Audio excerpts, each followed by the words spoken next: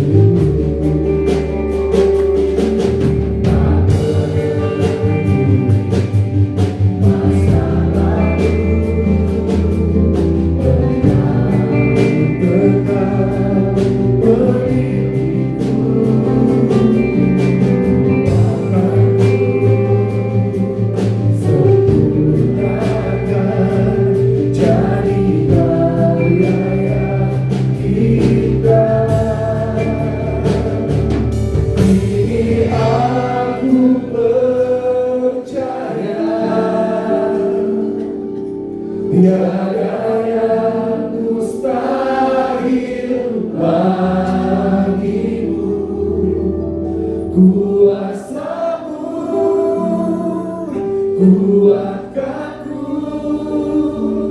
dasarku berharap. Kini aku berserah pada rancangan-Mu bagiku. Ku ikuti panggilan-Mu, bukan setia sampai akhir hidupku. Engkau mengenal setiap hal, Tuhan Yesus. Engkau mengetahui setiap apa yang kami alami saat ini, Tuhan. Bahwa kami semua akan selamat, akan menjadi hidup.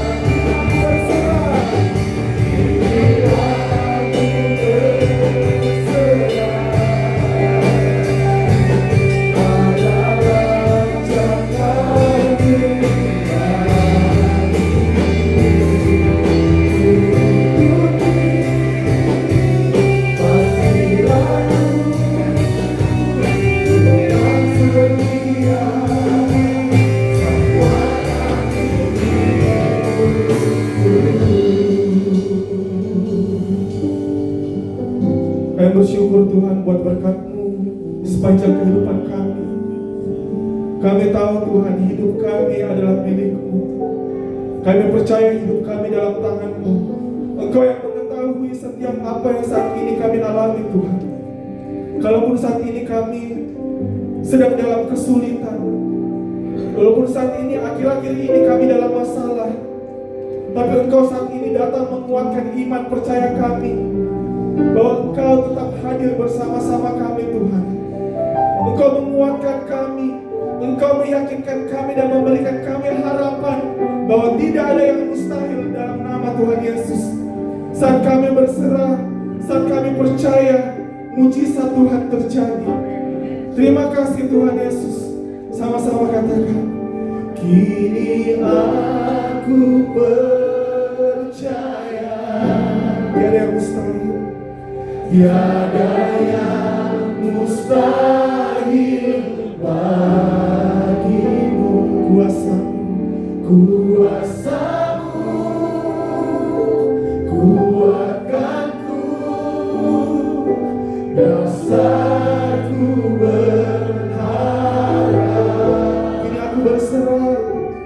Kini aku berserah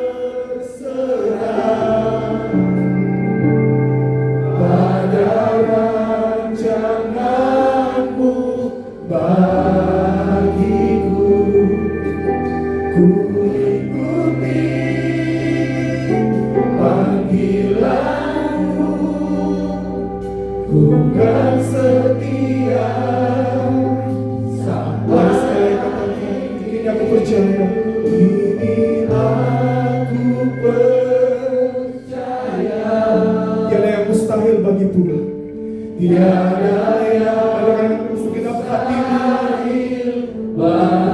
Kuasa-Mu Tuhan, kuasa-Mu kuatkanku. Dasar kami berharap,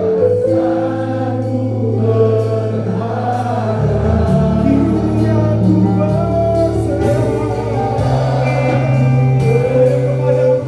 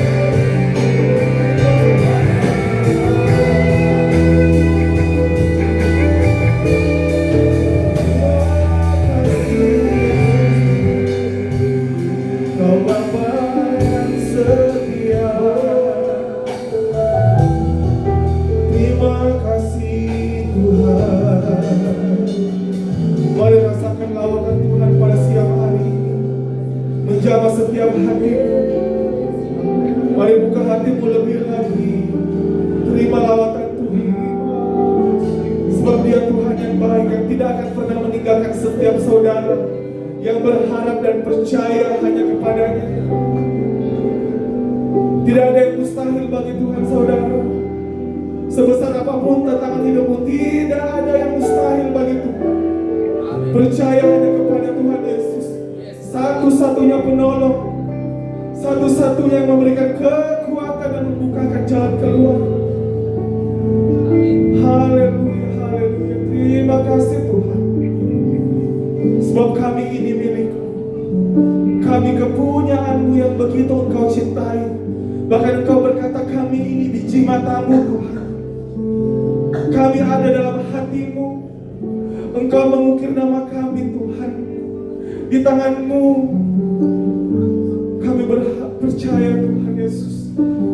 Di tangan-Mu hidup kami. Terima kasih Tuhan. Terima kasih Tuhan. Haleluya. Sebab aku ini milik-Mu, tak ku pertahankan hidupku, biar kehendak-Mu kerjakanlah dalamku. Sebab aku ini milik-Mu Tuhan Yesus. Sebab aku ini milik-Mu. Aku di dalam hati-Mu. Aku di dalam hati-Mu. Kasih setia-Mu yang menghidupkan aku.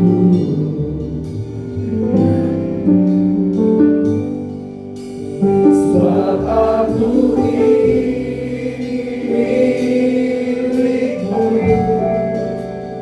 aku pertahankan hidupku, biar kehendak-Mu terjagalah dalam. Mari dengan segenap hati berserah, katakan sebab aku ini milik-Mu Tuhan. Sebab aku di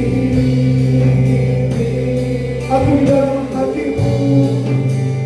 Aku di dalam hati-Mu. Sebab kasih setia-Mu yang menghidupkan setiap kami, menghidupkan iman kami, menghidupkan jiwa kami, menghidupkan pengharapan kami. Sebab aku milik-Mu Tuhan. Sebab aku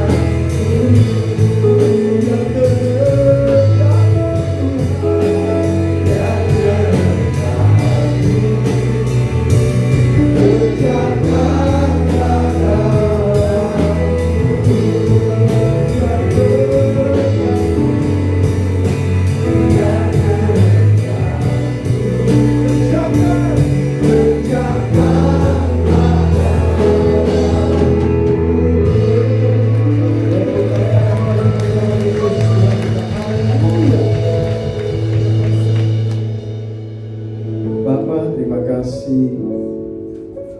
Sepanjang kami memuji, menyembah-Mu, hadirat-Mu melingkupi kami semua. Hadirat-Mu membangun hidup kami. Hadirat-Mu memulihkan kami. Hadirat-Mu menyembuhkan kami. Kami sangat bersyukur kepada-Mu Tuhan. Terima kasih Tuhan, terima kasih, terima kasih. Dan waktunya bagi kami saat ini untuk duduk fokus mendengarkan kebenaran firman-Mu. Bicaralah bagi kami semua, berkatilah kami dengan kebenaran firman-Mu. Dalam Yesus Tuhan. Siap dengar firman Tuhan, mari katakan sama-sama. Amin. Silakan duduk. Baik. Shalom semua. Sangat senang bisa kembali melayani di YHS Sudia hari ini. Lama ya, saya tanya tadi malam istri saya, bulan berapa ya saya terakhir di sini? Istri saya bilang kayaknya bulan 6 ya, bulan 6 kalau tidak salah. Tapi di HP saya tahun lalu ya, bulan 2 tahun lalu, 1 tahun baru dijadwal. Tapi tidak apa-apa, akhirnya bisa ketemu juga. Dan istri saya selalu bilang sama saya, Pak, kalau berdiri di depan itu senyum, hari ini saya senyum. Istri saya pernah lihat di mana saya di Diamond Cafe. Pak, kenapa kamu tegang sekali? Bukan tegang barangkali, mukamu yang tegang di bawah. Saya berdoa semuanya baik-baik saja. Ya. Saya mau tanya, apakah saudara baik-baik saja? Amin. Dan saya juga percaya bahwa ada hal-hal yang besar yang akan Tuhan kerjakan dalam kehidupan kita di tahun 2026 ini. Yang percaya Tuhan akan lakukan sesuatu, angkat tangan saudara, tepuk tangan bagi Yesus Tuhan kita. Baik, hari ini saya akan menyampaikan sharing firman Tuhan sesuai dengan tema kita di bulan Februari. His righteousness in place of our sin. Kebenarannya ganti dosa kita. Banyak teman-teman tanya, Pastor, kalau Pastor khotbah apa sesuai dengan tema? Iya, saya usahakan sesuai dengan tema, ya. Karena banyak teman-teman yang keluar dari tema. Nah, sementara jemaat kita sudah dikasih tema, jemaat butuh itu. Dan saya mau bilang kepada Bapak Ibu Saudara-saudara, sepanjang tahun ini itu temanya pengajaran, ya, pengajaran. Bapak Ibu yang senang dengan pengajaran, fokuslah. Bapak Ibu yang kurang senang dengan pengajaran, fokuslah juga. Mari kita lihat di dalam kitab 2 Korintus 5 ayat 21. Ini ayat emas kita, ayat emas di sepanjang tahun kita, ya, sepanjang tahun ini. 2 Korintus 5 ayat 21. Elohim telah membuat Kristus yang tidak mengenal dosa menjadi dosa karena kita, supaya di dalam Dia kita menjadi kebenaran Elohim. Saudara, salah satu konsep paling menakjubkan dan paling mendasar dalam iman kekristenan kita adalah pertukaran ilahi. Di atas kayu salib Yesus mati buat kita untuk tebus dosa kita. Di atas kayu salib Yesus lakukan semuanya. Dan dia berkata, it is finished. Terjadi substitution di atas kayu salib. Yesus yang tidak berdosa menjadi berdosa, dijadikan berdosa agar kebenarannya menggantikan dosa kita. Kalau kita menyadari sesadar-sadarnya bahwa kita ini datang dengan tangan hampa. Ada yang datang dengan ketika lahir penuh dengan emas berlian? Gak ada, ya. Kita ini datang dengan tangan hampa, malah penuh dengan dosa, penuh dengan kenajisan. Tetapi justru saudara dan saya pada akhirnya pulang membawa jubah kebenaran Kristus. Amazing sekali. Banyak orang-orang di luar tanya-tanya, Pastor, saya mau tanya orang-orang di luar, bagaimana gak mungkin orang berdosa itu bisa dibenarkan di hadapan Elohim yang Maha Kudus? Kok bisa ya iman Kristen bicara begitu? Saudara dengar ini, itu bukan karena perbuatan baik saudara dan saya, bukan. Bukan karena baiknya saudara beribadah, bukan. Yesus rela jadi tumbal, ini bahasa Tumbal kapan ya? Tumbal itu apa ya? Ya, korban penebus ternyata tumbal. Saya lama sekali tidak sebut ini bahasa, tiba-tiba muncul tumbal gitu waktu saya lagi buat materi ini. Tumbal. Korban penebus, Yesus menjadi pembayar bagi dosa saudara. Bukan dibayar dengan emas, bukan dibayar dengan perak, bukan. Tapi dibayar dengan nyawanya sendiri. Yesus berikan nyawanya bagi saudara dan saya. Itulah yang disebut dengan pertukaran ilahi. Saya mau bilang kepada saudara-saudara, Yesusku itu keren. Yesusku keren atau tidak? Oh keren, saudara. Kalau keren, tepuk tangan bagi Yesus. Keren, tepuk tangan. Saudara, kita akan belajar 3 hal mengapa kebenaran Yesus ganti dosa kita. Saya bawa saudara kepada hal-hal yang baru.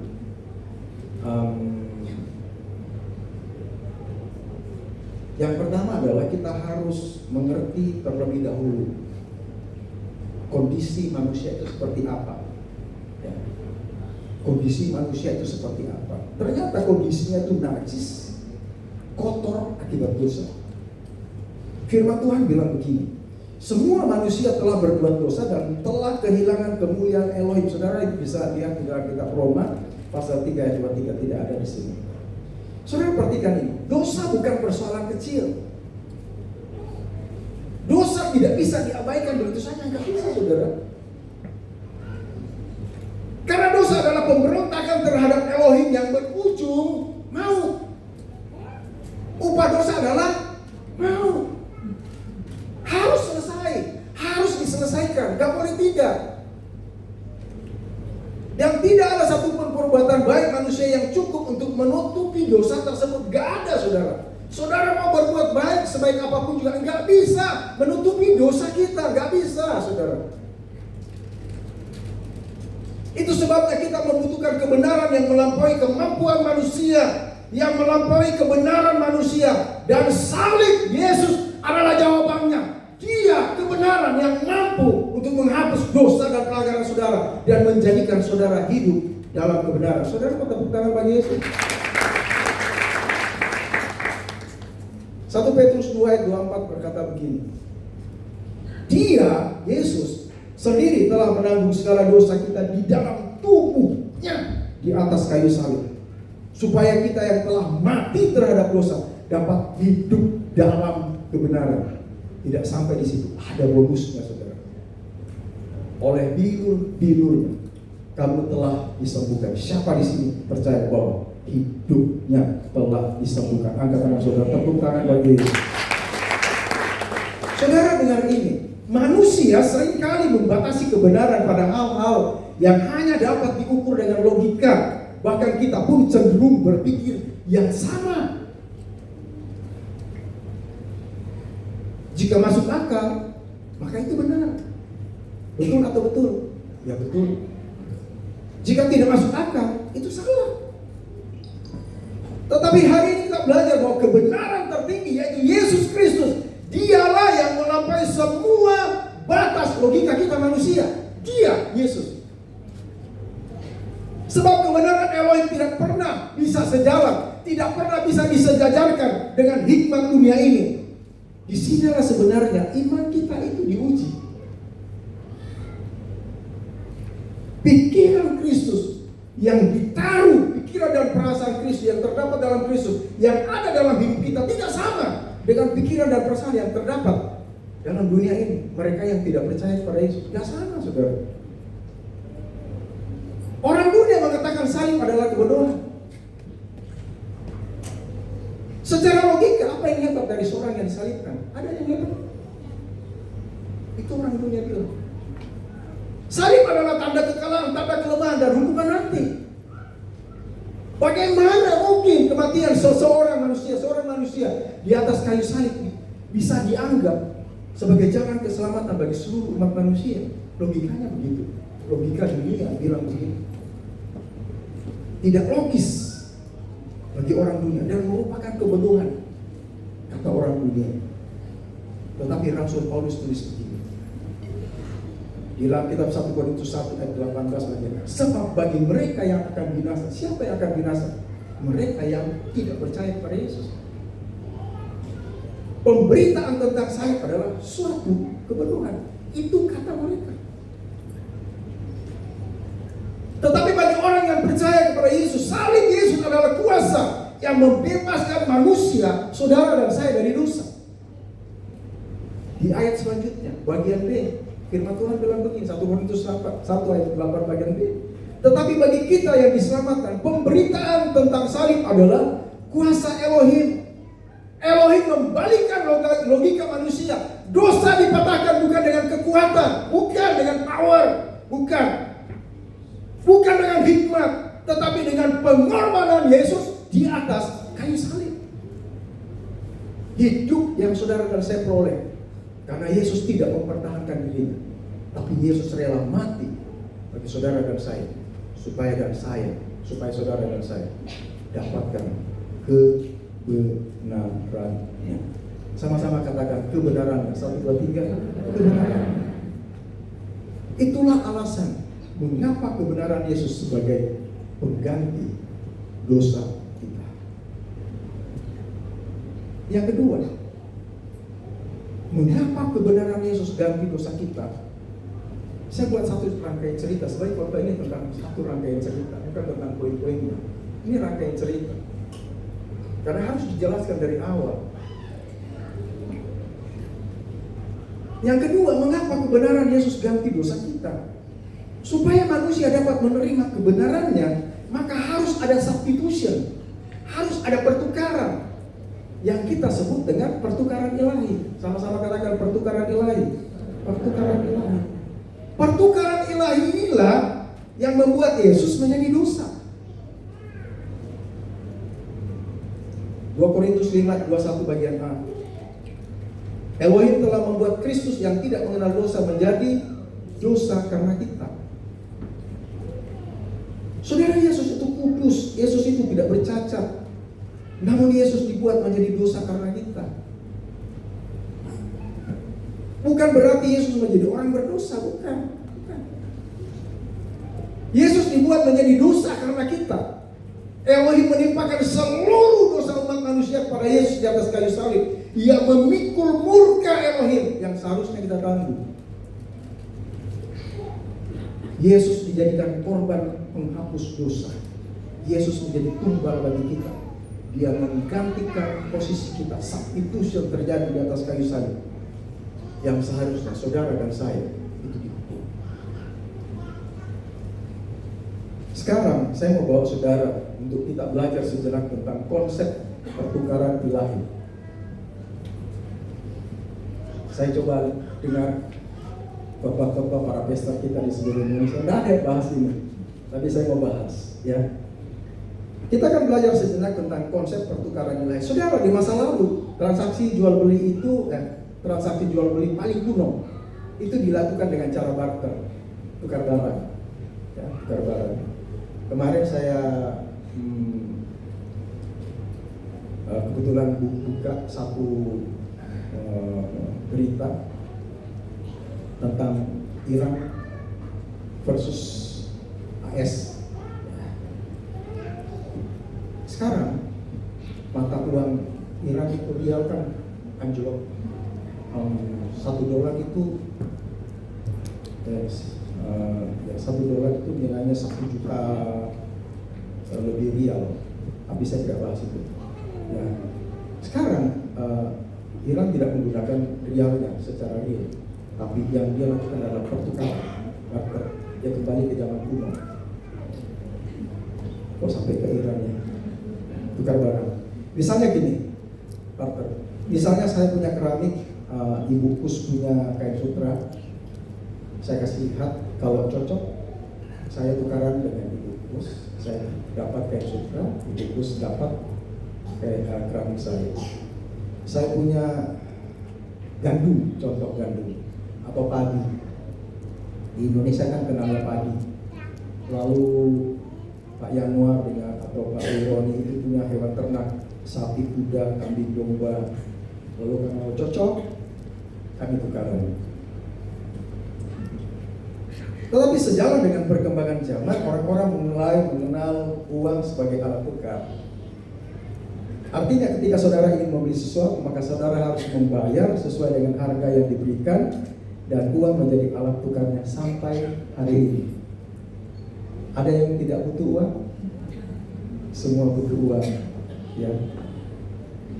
Bahkan sudah berkembang lebih pesat lagi, transaksi pembayaran bisa dengan QRIS.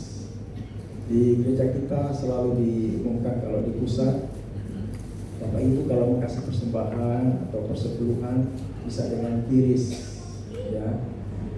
Saya sebenarnya tidak sedang bicara tentang itu, tapi saya sedang bicara tentang perkembangan. Ada saudara bisa bertransaksi dengan m-banking, dengan transfer lewat ATM dan seterusnya. Nah, saudara perhatikan ini. Kekristenan pun mengenal konsep pertukaran yang menyangkut karya agung Elohim bagi kehidupan manusia, yaitu pertukaran ilahi. Sama-sama katakan pertukaran ilahi. Pertukaran ilahi. Pertukarannya adalah Yesus mengambil semua keburukan dan kenajisan kita manusia dan memakaikan kepada kita jubah kekudusannya. Agar apa? Agar supaya hubungan kita dengan Bapa di surga, Elohim, itu dipulihkan. Elohim tidak lagi melihat dosa dan kenajisan kita, tetapi Elohim melihat kekudusan Kristus di dalam diri kita. Saudara ingat kisah tentang anak yang terhilang, yang minta bagiannya ke bapaknya? Ketika hubungannya dengan Bapa dipulihkan, Bapa mengenakan jubah panjang yang terbaik kepada anak itu tanpa melihat masa lalunya. Lukas 15 ayat 21 dan 22. Anak itu berkata kepadanya, "Bapa, aku telah berdosa terhadap surga dan terhadap Bapa. Aku tidak layak lagi disebut anakmu. Bapa, pantasnya ini aku jadi budak. Jadi pekerjaanmu, tidak pantas jadi anakmu." Tapi apa yang Bapak bilang? Coba lihat ayat 22. Namun ayat itu berkata kepada hamba-hambanya, "Segera bawa kemari jubah panjang yang terbaik dan pakaikanlah kepadanya, dan kenakanlah cincin pada jari tangannya serta kasut pada kakinya." Saudara dengar ini.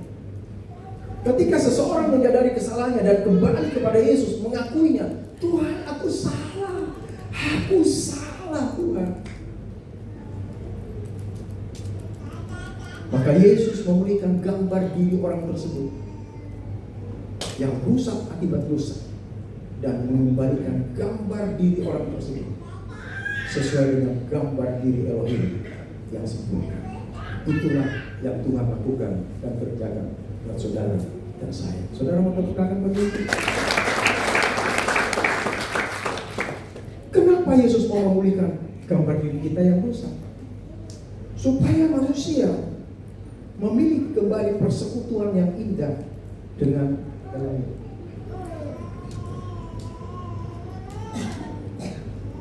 Yang ketiga,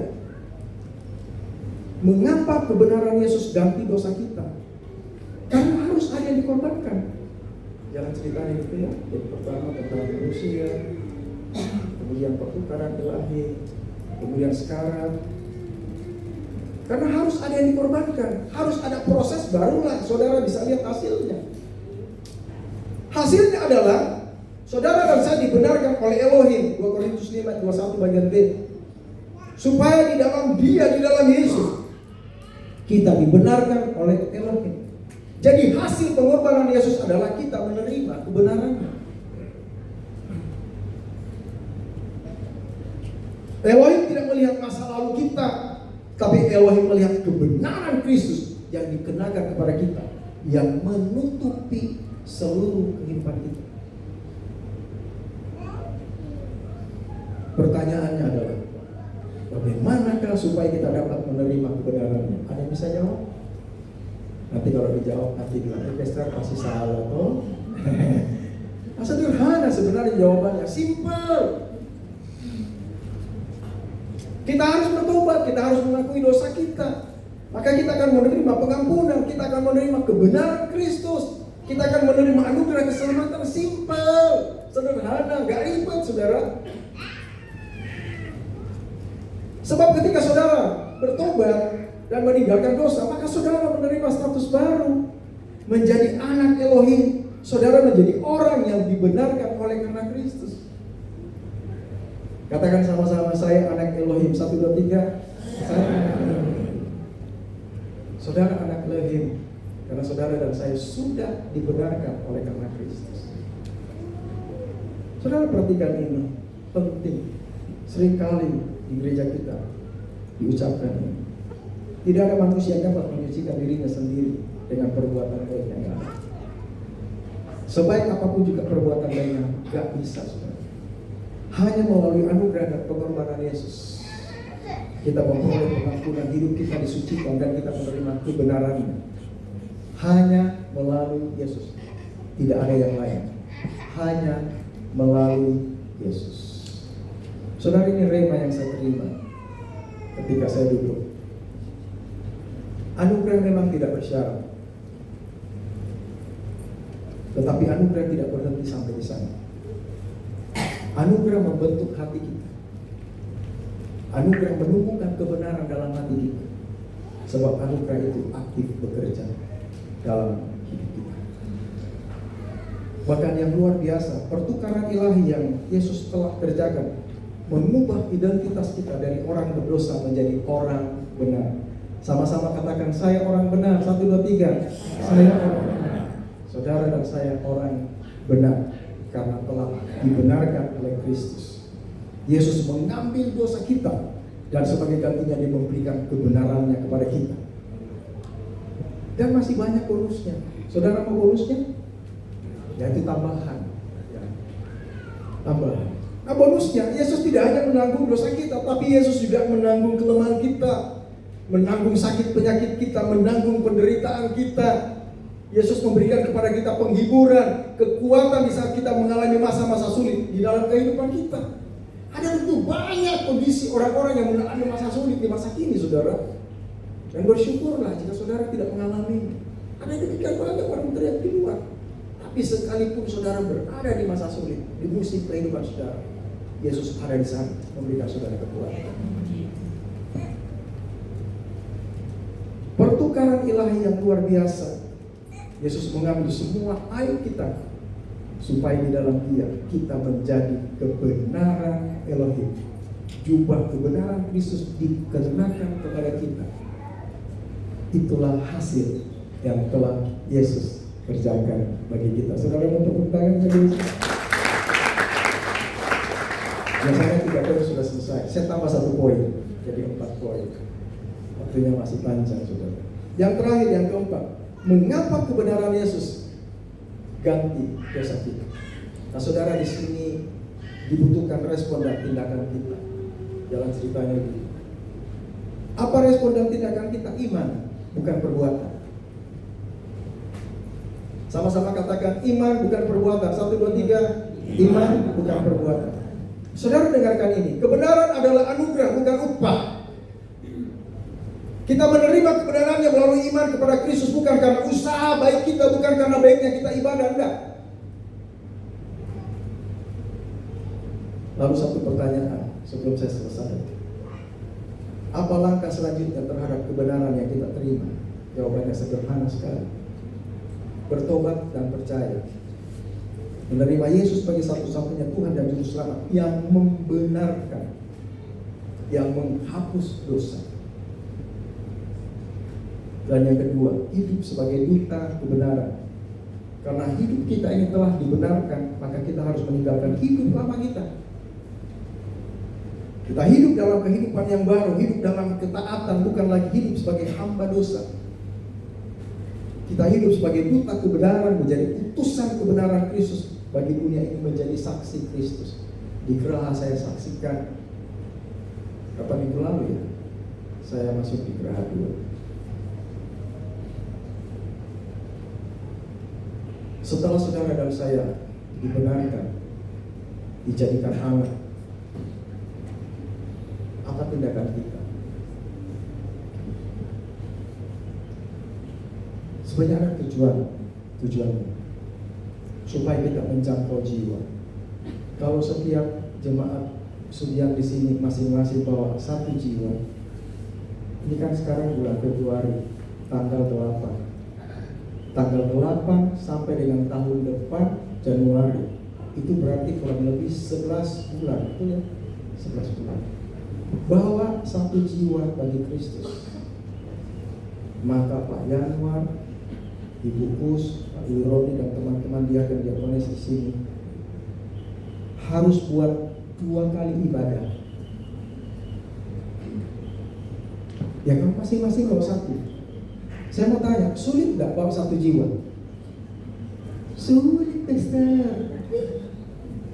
Padahal Tuhan selamatkan kita. Apa tujuannya? Untuk menjangkau jiwa-jiwa yang belum mengenal Yesus. Itu tujuannya. Sulit tak bersaksi? Sulit, Pastor. Sebenarnya nggak sulit. Caranya apa? Saksikan apa yang Yesus sudah buat bagi dirimu. Itu saja. Tidak lebih dari itu. Berikan keteladanan Kristus dalam hidupmu. Jangkau jiwa-jiwa. Masing-masing bawa 1 jiwa. Siapa di sini yang mau bawa 1 jiwa bagi Kristus untuk tahun 2026 ini? Angkat tangan saudara. Tidak ada yang angkat tangan 1 jiwa.